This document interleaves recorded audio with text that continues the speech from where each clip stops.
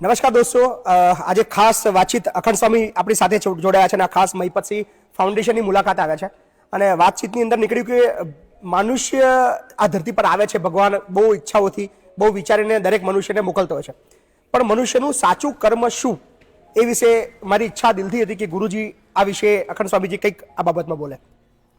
મહિપતસિંહભાઈ, પહેલાં તો ખૂબ ખૂબ આભાર. આપના બધા કેમ્પસનો મેં વિઝિટ કર્યો અને ખૂબ જ આનંદ થયો. આપ જે રીતે અનાથ બાળકોની સેવા કરો છો, નિરાશ્રય બાળકોની સેવા કરો છો, વૃદ્ધ માતા પિતાઓની સેવા કરો છો, ખરેખર સરાહનીય, આદરણીય અને અનુકરણીય પણ છે. એ જોઈને ખૂબ જ આનંદ થયો. અમે બધાને ભલામણ કરીએ છીએ આપણાથી થાય એટલે તન મન ધનથી આ મહિપતસિંહ ફાઉન્ડેશનમાં આપ સહભાગી પણ બનો. ખૂબ જ અદ્ભુત કાર્ય આ કરી રહ્યા છે અમારી ટીમ. તમારી ટીમે અમને આખું વિહંગાવલોકન કરાવ્યું અને જોઈને ખૂબ જ આનંદ થયો. આપે જે પ્રશ્ન પૂછ્યો કે સાચું કર્મ શું છે, તો એના જવાબમાં હું કહીશ કે સાચું કર્મ એ છે કે બીજાના આંસુ પોછો, તમે બીજાના જીવનમાં કંઈક ખુશી લાવો, બીજાના દુઃખ થાય એટલા આપણાથી દૂર થાય, એ જ સાચું કર્મ છે. હું તમને કહું, કદાચ તમે ચાલો રોજ મંદિરે જતા હોય પણ બીજાને છેતરતા હોય, બીજાને દુઃખી કરતા હોય, બીજાના દુઃખમાં રાજી થતા હોય, તો અધ્યાત્મ આ તમને શીખવાડતું નથી. અધ્યાત્મ સૌથી પહેલા તમને આ શીખવાડે, કર્મનું ફળ નથી મળતું, એ કર્મનું ફળ નથી મળતું, પાપ લાગે છે, માઇનસ થાય છે.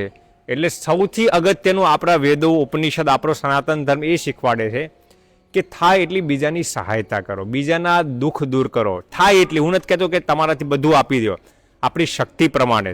કદાચ તમને મંદિર જવાનો ઓછો ટાઈમ મળશે, પૂજા પાઠ કરવાનો ઓછો ટાઈમ મળશે, તો ભગવાન ચલાવી લેશે, પણ આપણા કારણે બીજાના જીવનમાં દુઃખ ના આવવું જોઈએ. આપણે બીજાના દુઃખના કારણ ના બનવા જોઈએ.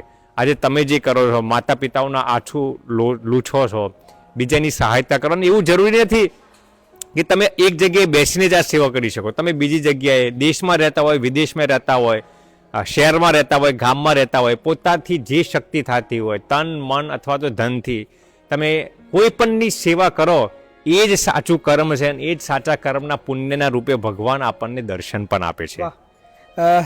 અખંડ સ્વામીજીએ ખૂબ સરસ વાત કરી કે સેવા કરવાની કોઈ પ્રોપર જગ્યા નથી હોતી. તમે આંખો ખોલો છો, તમારી આસપાસ એવું કોઈ પણ પીડિત દેખાય છે, તમે એ પીડાના કંઈક ઘટાડો કરવા માટે કામ કરશો, તો એ બહુ મોટી સેવા છે. સો તમને જ્યાં સારું લાગે, તમને જ્યાં ઈચ્છા થાય, તમે જ્યાં પણ રહેતા હોય, ખૂણે ખાચરે કોઈ પણ વિસ્તાર હોય, ત્યાં બને એટલું બીજા લોકો માટે કંઈક સારું કરવાનો પ્રયત્ન કરો. અને કદાચ સારું ન પણ કરો તો કદાચ બીજા કોઈને ના નડો, એ પણ બહુ મોટી સેવા છે.